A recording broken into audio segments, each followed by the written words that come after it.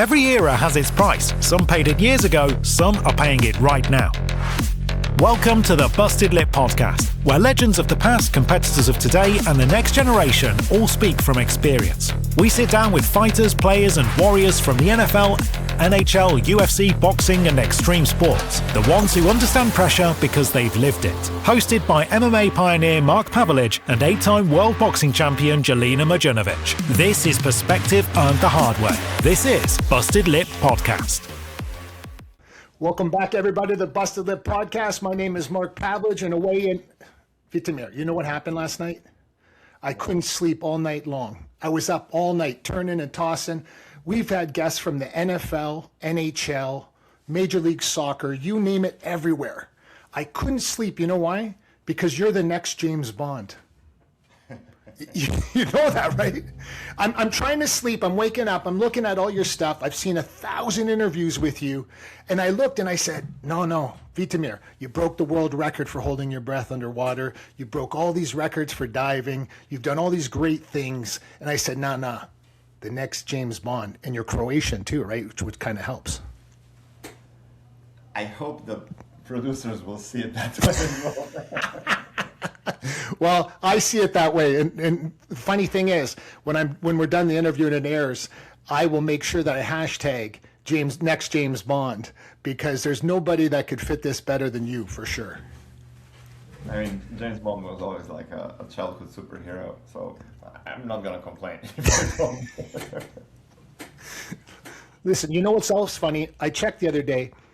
Where you live and grew up, my mother was born 50 kilometers away from where you're from. Where my mom's from Sen, Croatia. From Sen? Sen, yeah. I have an apartment there. Oh, you do? Yeah. Now I'm going to start going. Well, if you want to buy an apartment. You're going to sell yours? Yeah. So when you started doing this a long time ago, and listen, I've watched 1,000 of your videos, and I literally, every time I watch the videos, it's like, I start thinking like I'm actually there. And when I watch you sometimes do your dives, in your head, do you think sometimes like, okay, this is way too much? Like what you're doing, like the fear of like death? Well, I mean, way too much in terms of, do I think, oh, this is too dangerous? Correct. I never think that. But do I think like, oh, this is going to be a pain in the ass, this is going to be hard? And yeah, of course. Because if you're doing something that no one has done before, it's to be expected that it's not going to be a walk in the park. But yeah, it seems like some of the things that I do are a little bit reckless or dangerous, or people often have this like, you're dancing with the devil, you're cheating death and stuff, but it's just for people not really getting too much into it. But people who are into it or who speak to me understand that all the risks I'm taking are very, very calculated and usually very much to my benefit. So there's nothing I would do that I would like willingly sacrifice my health, my life, or anything like that. If there is a realistic danger that something will happen, and I'm not going to do it, then it means that I'm doing something wrong. What about the video on Instagram, the one where you come out of the water and you're about maybe, I don't know how many meters you were from the top, but literally you passed out, right? And what was that one about?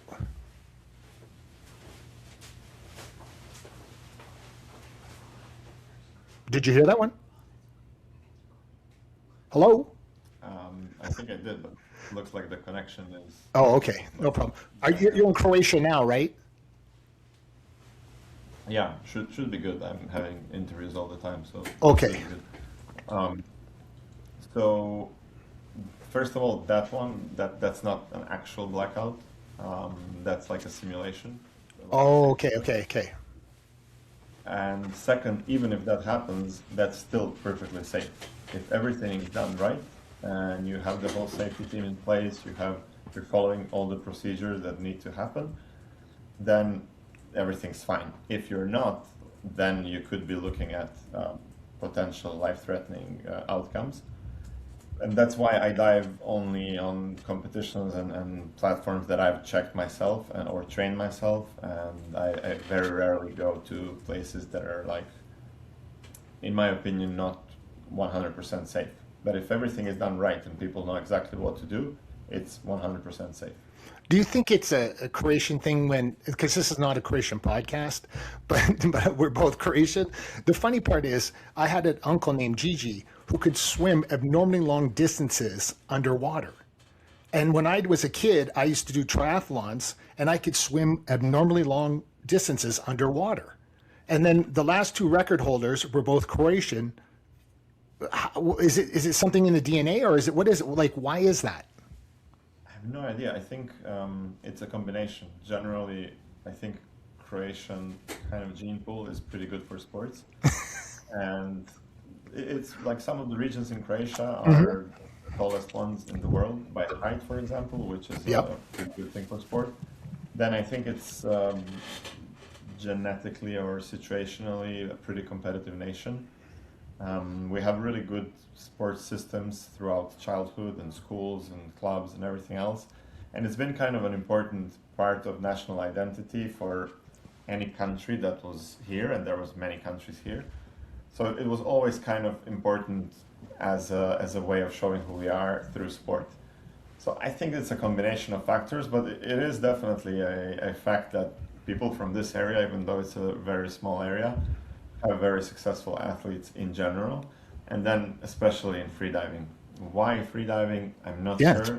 But my guess is that at some point freediving was accepted here under the Olympic Committee as a sport where you can get paid for being an athlete. Awesome. Like at least something like a scholarship. It's not a lot of money, but it is something to motivate you. So many people were kind of struggling to get good enough so that they can reach a level at the Worlds that would entitle them for the next 4 years to have some kind of small scholarship.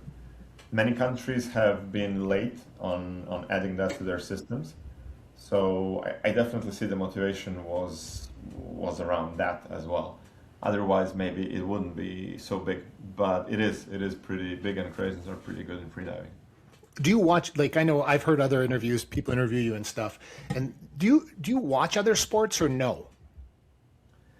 I love watching all sports. I don't really have too much time lately. I'm pretty busy with training, with work, with everything around my sport. But generally, I love watching sports for like curiosity and interest. I enjoy more playing them. Like playing any sport, I would really enjoy. I don't know. You cannot imagine a sport that I would. But you don't play. Play or try. I don't have to be good at it. Just being in a competitive environment, learning something new for me is already amazing. So you think if you weren't this free diving guru, and you weren't doing this, you've done other things, like you're into photography, you're into this other videography. What would you have done?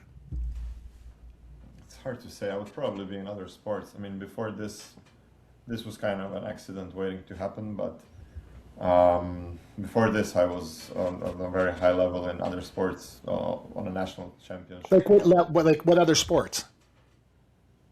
I was most successful on a national level in triathlon, weightlifting, probably something else which I cannot remember. But other than that, I was also like in my university, I was swimming and playing water polo for the university, playing other team sports. I was coaching people from various sports. That was kind of my part of my job, or my main job sometimes. Was a climber for a while, equipping, climbing crags and training kids. So it was always something about sports around me, and if it wasn't for this, I would probably maybe still leading climbing expeditions or being into other types of sports. Sure. When I grew up with Croatian parents, my father's from Canada, but he's Croatian, and my mother's Croatian. Can you explain to me, being from Croatia, the swear words? Because my mother and father would say such swear words that I would after I would go with my friends, I'd say, when my parents swear, when I go to translate it, it makes no sense whatsoever. It doesn't have to make sense. And my parents swear. My parents are both still alive. My father's 92 years old, and my mother's 84. It's in, but when they swear, it's so funny to us now that we're adults listening to them swear. And is that the same thing where you grew up? Yeah. Swearing is pretty traditional. It's part of the folklore, and it's also like region developed. Depending on region, there's going to be different swear words. Could be like curses, something creative, like I wish your mother ties the grapevines with your intestine. Like my mother, her best one was "Jebemti sunce," and I said, "What the hell does that mean, Mom? Like, why are you swearing like that?" And when I did the translation, I'm like, it makes no sense. It's like fuck everything. That's It's right. like when you think what's everything. Some will say fuck the sky, some will say fuck the sun, some will just say fuck everything. That's right. It goes in scales. Yeah. Like fuck your mother's pussy, and then if you want to scale it up, it's fuck 3 pussies of your mother. So yeah. Exactly. Like it's bananas. Like literally, my mother and father, since I was a kid, and to this day, as my dad gets older, it's even worse now. You know what I mean? Like he just swears. Like my father was a referee in the NHL, in the NHL Hockey League, and he would swear like, and it was crazy. My father was born in Canada, but it's weird. Like I was born in Canada too, but when someone asks me what I am, I say I'm Croatian. And same with my father. My father was born in Canada, but he could speak fluent Croatian. And it was such a pride thing. But my father was very, like, he's in the Hockey Hall of Fame in the NHL. And he literally got in multiple fights in his lifetime because, when he was in the NHL, he would wear a Croatian gerb on his suit. And, people would try to mess with that. And my father was a guy you just didn't mess with, right? But then you'd hear him swear in Croatian and you would be like, wow, like you couldn't write it down fast enough to get the translation because he didn't just fuck everybody. He fucked like everybody, anything that walked. That's what he swore, like how he swears, even to this day at 92 years old. And their generations before and after. Maybe the greatest generation of all time, though, in my opinion, like my parents' generation and your parents' generation, maybe the best of all time because they were just tougher. I think so. Yeah. Well, it's definitely a special region and area to grow, and it teaches you to be very flexible, adaptable, resourceful, and I mean he's 92 years old, so he has lived his country change probably. Yes. So He has, yeah. it was occupied with everyone, and it's not just them. It's like a whole historical heritage. Like we were the ones to stop the Turkish army invading That's here. right. And there was the war with like the Mongols came to the north, and then you had the Austrians, then you had the Hungarians, and you had the Italians, and you had like everyone was kind of pushing this area around, and then the World War started because of the shit happening here. Sure. It was always something around, then the Cold War, then the Yugoslavia, and the tension here and there. It was always something. And then after the breakdown of Yugoslavia, it was the tension between the people here on this area and the war here and the war in Bosnia. It's constantly something. So you have to kind of, the last 100 years here were like several movies blended together. Are they shooting a lot of movies now in Croatia? I don't know. I guess they are, but I'm not really aware of it. I'm really not following media too much. I'm kind of isolated. It's a good thing and a bad thing at the same time. But yeah, I'm not. So would you consider yourself more of an introvert than an extrovert? Very context dependent. I definitely I'm not a classic introvert, but for some things I see that I prefer like not to be out there, like, at least not currently. Like social media is super special. It's part of my business, but I hate when I have to be there live right now. I don't know why. Do you hate doing podcasts? Sorry? Do you hate doing podcasts? No, I have absolutely no problem, for example, with podcasts. Yeah. I would hate to put out on a story like I'm doing a podcast right now, but I don't mind doing it on Monday. Yeah. It's not happening now. It's not my life. That's right. What's next? What's the next big feat? I'm hoping to find a partner to create an event again around the longest breath hold, because this was super successful and I did it, in my opinion, very clumsy. I know now several things on how I can improve on that. So how far can you go? Really hard to say. This is a very unexplored ground. It's also very hard to make it perfectly safe. That's the only discipline where I don't feel 100% safe. But I do believe I do have a very good introspection on what's going on, and then I'm very responsible to pull the plug at the right moment or even before the right moment. Sure. I'm absolutely confident I can add some minutes to it. Could I go over 35 or 40? That's very, very hard to say. I'm sure in the future there will be a way for that as well. It's just about like trial and error and biohacking. What are you thinking when you're sitting under the water for 29 minutes, right? Like, what kind of weird shit goes through your head? Like, seriously, it's got to get real weird and real dark at times. It has to. Yeah, ideally nothing. Like the whole of my training boils down to thinking nothing. But on this particular attempt, it was a lot of shit happening and a lot of things in my mind. But that's not like the perfect scenario. When I did like the general rehearsal, 26 minutes, it was perfect. Like I didn't have like a single thought. I was just like a body hibernating. Like it's like a Zen thing. Yeah, it's complete meditative zoning out and just not being there, but being there physically.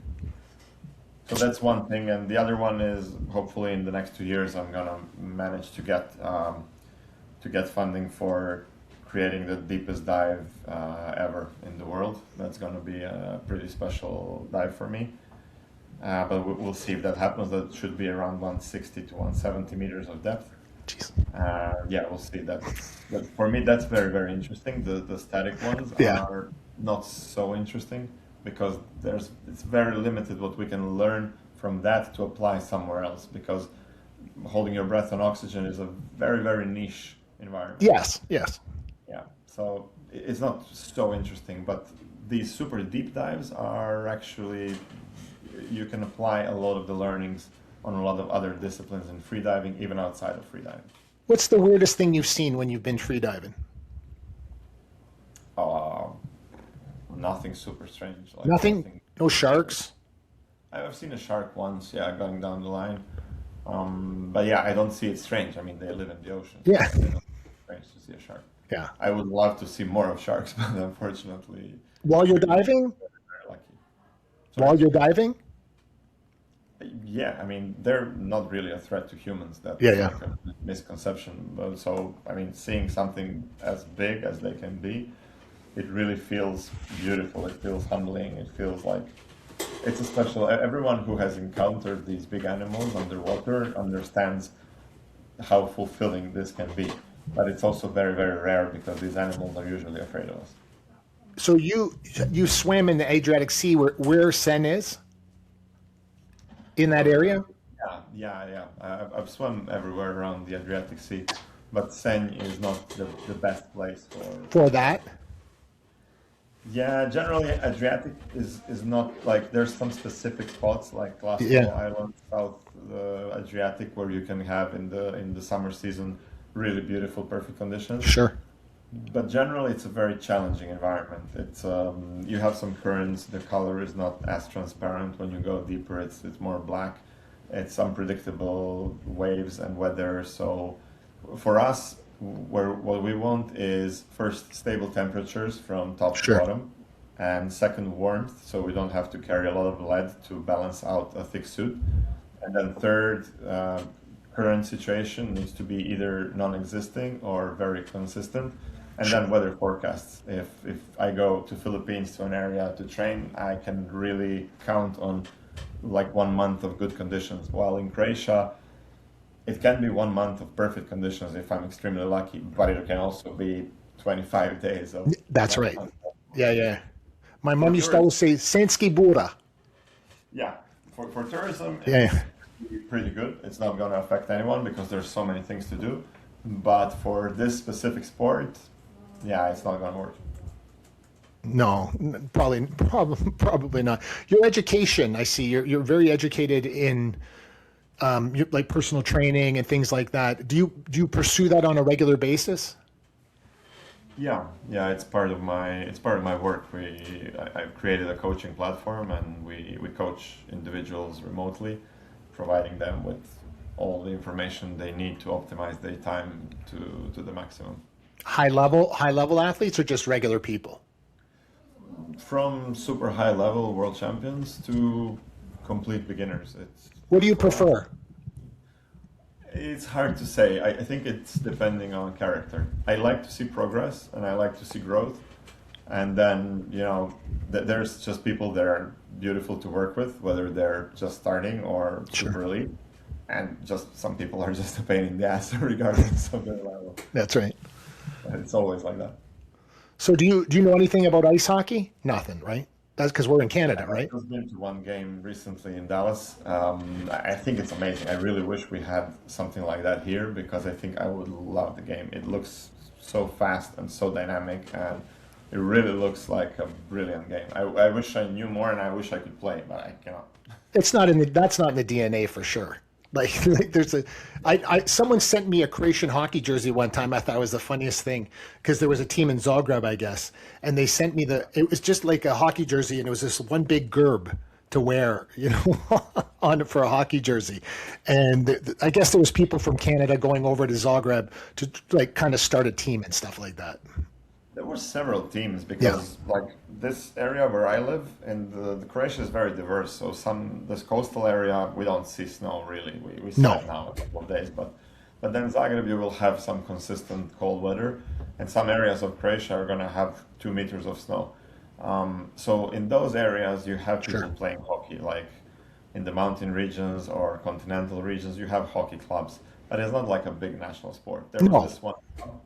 Some entrepreneur took it as a personal thing, and he actually made it quite successful and it was very popular for several years. I'm not sure what's happening with it now. Yeah. It's funny. When you see all these great, huge stars in Croatia, like Modric and other people like that, when you walk around, do people know who you are? Sometimes they will recognize me. Yeah. I'm very happy when police stops me and then recognizes me. Yeah, that's necessary. That's necessary. But generally, no, it's not going. Like freediving is not a big sport anywhere, and Croatia is not an exception. So on average, maybe I will get slightly more recognized because I've just been around the media longer from other sports and other achievements and medals and awards like in previous careers. So maybe slightly more, but still, it's not like I can easily go away like a complete anonymous. No way. Yeah, I can. You can. Anonymous, yeah. You can. Wow, that's fantastic. So listen, when you're coming up as a Croatian kid and you're playing in the playground, what are you thinking to yourself? You're going to play soccer for sure? Yeah. Soccer's gonna be number one. Basketball, then different games like skill-based games and stuff like that. Did you play all those sports? Yeah. You did. Well, fantastic. Well, then I just cut out there. Sorry about that. Well, I just want to thank you for being on the show today. I really appreciate it. And listen, we're gonna have to figure a way to raise more money for your next dive through our podcast. Not for me, not necessary for me, but for you, so you can do your next dive. And we'll definitely try to figure something out. And we'll definitely, when this does air, we'll share it on all our social media platforms on the Busted Lip podcast, and we'll definitely get it out to everybody to make sure that this can actually happen. All right, let's see. Well, fingers crossed. Yeah, talk is cheap, right? I'm sure. Somehow I always find a way for it to happen. Yes. And sometimes it really falls out of the sky. Like someone gets super interested and like partners up with a project. The issue with these projects is that the safety. So to organize such a deep dive and to have it documented properly and to make it safe, that's what makes it expensive. Like the preparation alone. That's on you. Yeah, it's on me. It's not crazy. I don't need special food. I don't need special gear. the setup and the safety around the setup for each dive, that makes it complicated because there's several people that need to be involved, and the setup is huge. And those people are available in your area? Yeah, I have my team. Like I have a whole team that works with me all the time, and I'm lucky for that. And I've kind of trained them in order to get better myself, because it's so much easier when you have good people around you. They push you, they motivate you. So like in my team, I have several world champions as well. So it's probably the best team in the world that I can imagine. Who's your competitor? Is there a competitor for you in this industry or not really? I don't see people as competitors anymore because I'm not so much into competition anymore. Sure. But there's definitely like a few names that are good and that are out there. And then who are they? Who are those people that you would consider like in your group? Like depth was the most important part of freediving for me. So when I would enter a proper depth competition, then Petar Klovar from Croatia, who is like one of my first students, he's definitely the main favorite. Sure. And the biggest competitor. And that's the beauty for me. And if it wasn't for him to be there to push me and to pull me, I would probably give up a long time ago. But with this addition and constantly trying to improve each other and to be better than each other, that kept me going. And that probably helped him go to where he is now. And he's probably now the best depth diver of all time, maybe. He's also planning some really, really big. Was he the current record holder prior to you?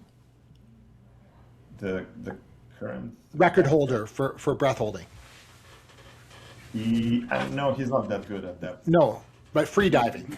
He specializes in static. He's Yeah. really specialized in that discipline. But generally, yeah, he was good at static. I never liked static too much. I have a national record now because I was preparing for that attempt, and I was doing also normal dives. But yeah, he is good. He's solid, but not on like the very elite level. Then there's a Russian guy, there's a French guy, and usually it would be between the four of us. Like that would be the most fierce competition in the World Championships. Have you been to Canada before? Have you been to Canada yet? Yeah, briefly. But which part? I've been around Toronto. Toronto, yeah. If I'm not mistaken, around Vancouver, but very, very shortly. I hear amazing things about Vancouver, Squamish, and all that. Yeah, it's beautiful. Yeah. For me, it's like it's definitely a place to visit at some point. And tons of Croatians live in that area too. Tons. I can imagine. Yeah, they really like Canada. Yeah, Mississauga, Canada, and in Vancouver, tons of Croatians. Huh. There's becoming more Croatians outside of Croatia now than there is inside of Croatia.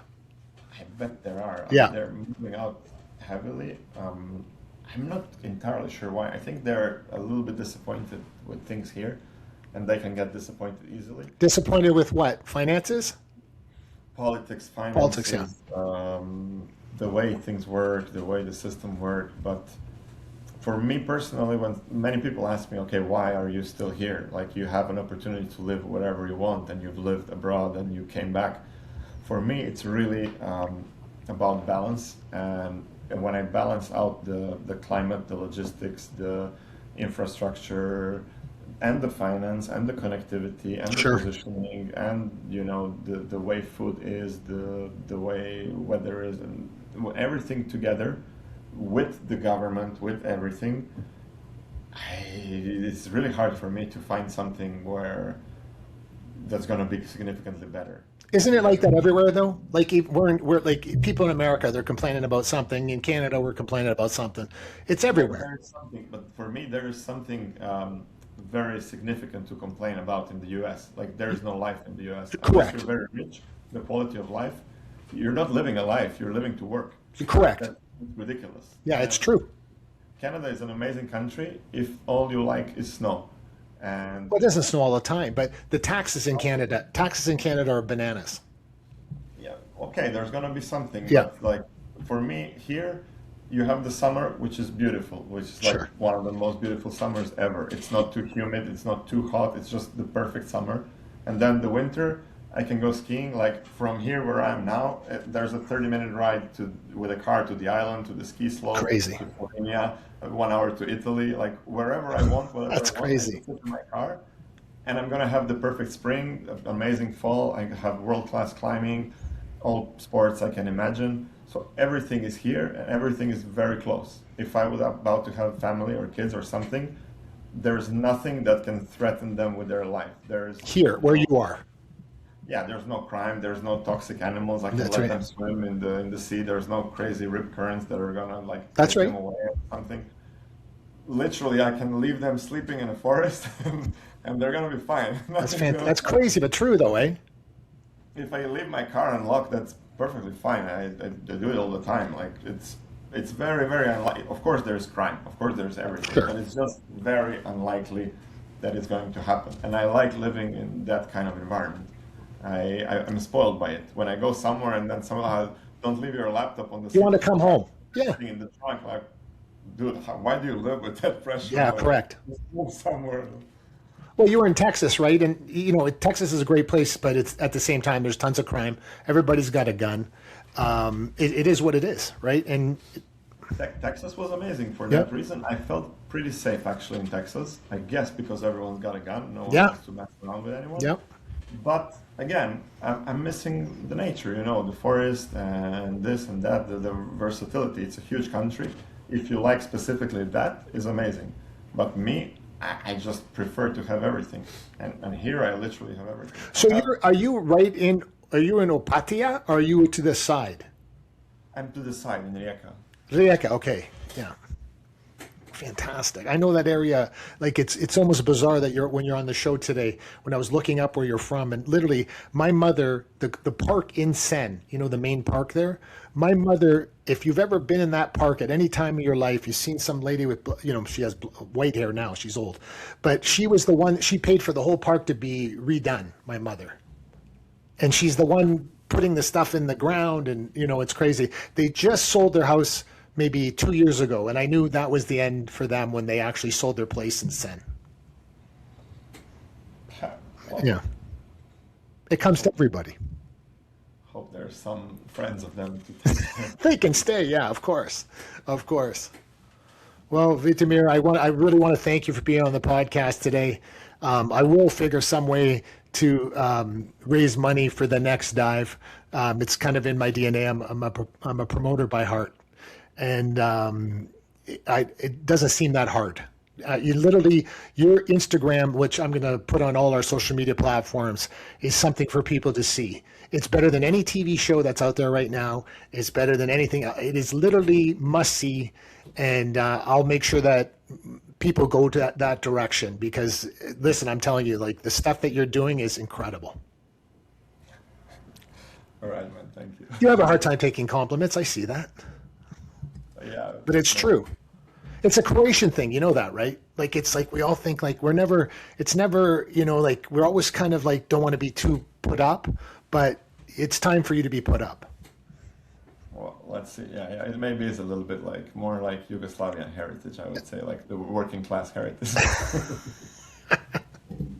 Well, thanks for being on the show. I really appreciate it. And listen, keep in touch and we'll keep in touch with you. All right. Thank you, man. Thank you, man. Čuj. We just want to thank our guest, incredible guest today, all the way from Croatia, Opatija, Croatia, near Rijeka. If you're looking it up on geographical maps anywhere, he is basically conquering the world. Vitomir Maričić, we want to thank you for being on the podcast today. We'd also like to thank our great advertisers at Crystal Glass. Your clear choice for all your glass needs. Go to crystalglass.ca today.